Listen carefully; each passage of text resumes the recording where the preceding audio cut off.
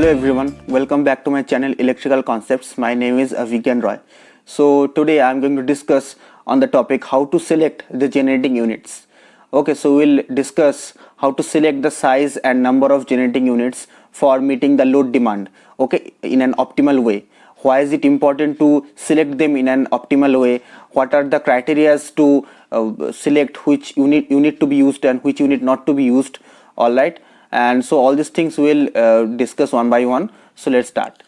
So today we are going to learn how to select the generating units. Okay, so first point is it is not economical to have a single generating unit to meet the varying load, because your load curve is always varying in nature. Sometimes the load is very high, sometimes the load is very less.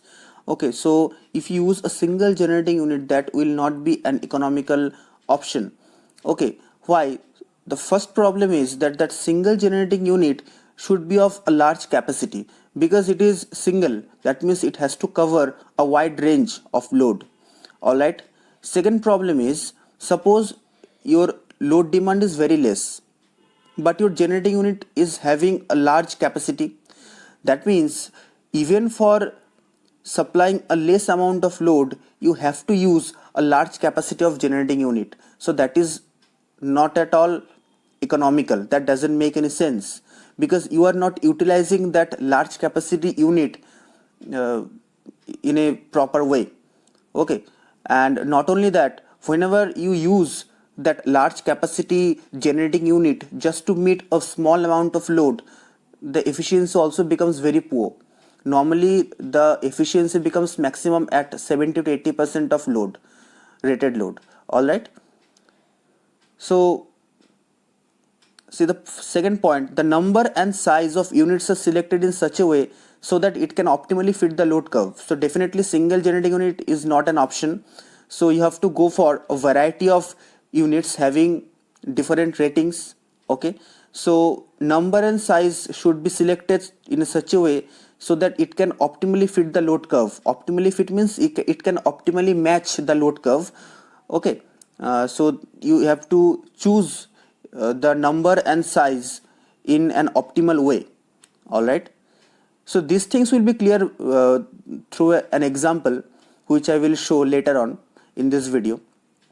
So the third point is, the units are preferred to be of different capacities, because if you are having different capacities, then it will be easier to select different units.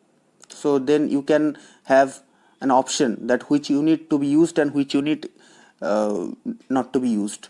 All right, fourth point is, capacity of plant should be slightly more than the maximum demand from future perspective, because there is a chance that in future there is a rise in load demand. So you have to take that thing into account, and for that the capacity of plant should be slightly more. Fifth point is, there should be a spare generating unit in case the running or the operating generating unit is required any kind of maintenance or it may get damaged. Okay, so then you can continue your operation by a spare unit. So now see, this is a load curve.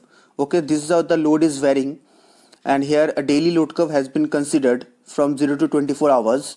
Okay, and load is having the unit of megawatt. Now I am just giving an example that how to select the generating units at different cases, so that selection can easily and optimally fit this load curve. Okay, so now for the sake of simplicity, I am just assuming there are only three units, unit 1, unit 2 and unit 3, having different capacities, 5 megawatt, 3 megawatt and 1 megawatt.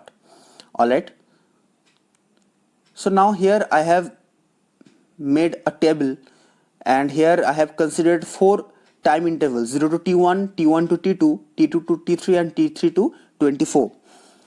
Okay, so now as you can see, the load curve is varying in this way, and accordingly you have to select which unit to be used and which unit not to be used, so that it can optimally fit this load curve. So now see the right column, here I have mentioned the units in operation.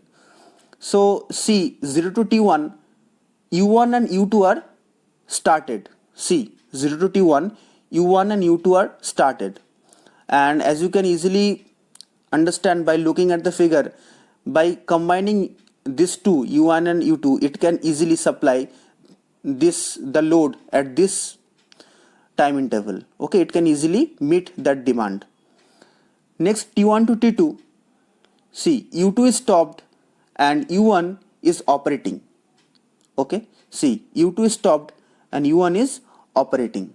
Next is T2 to T3, U2 is again started.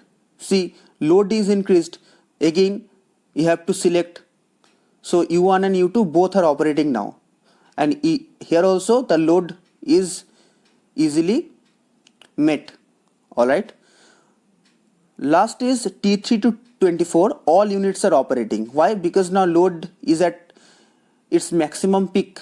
That means to meet the load in an optimal way, you have to run all the units. Okay, so this is how you have to select the generating units, and as you can see, it can optimally fit the load curve.